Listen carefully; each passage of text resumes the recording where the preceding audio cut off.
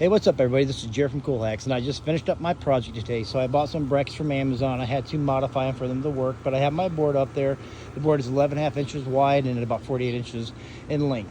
I got my cooler right here I purchased from Amazon also. This was $39.99 on sale. Originally about $54.99. It holds about 12 cans of beers, but it hooks on. You can actually take the hooks back off and use it for something else. But I'd encourage everybody to try to make this simple modification to your pool because I think you'd really love it.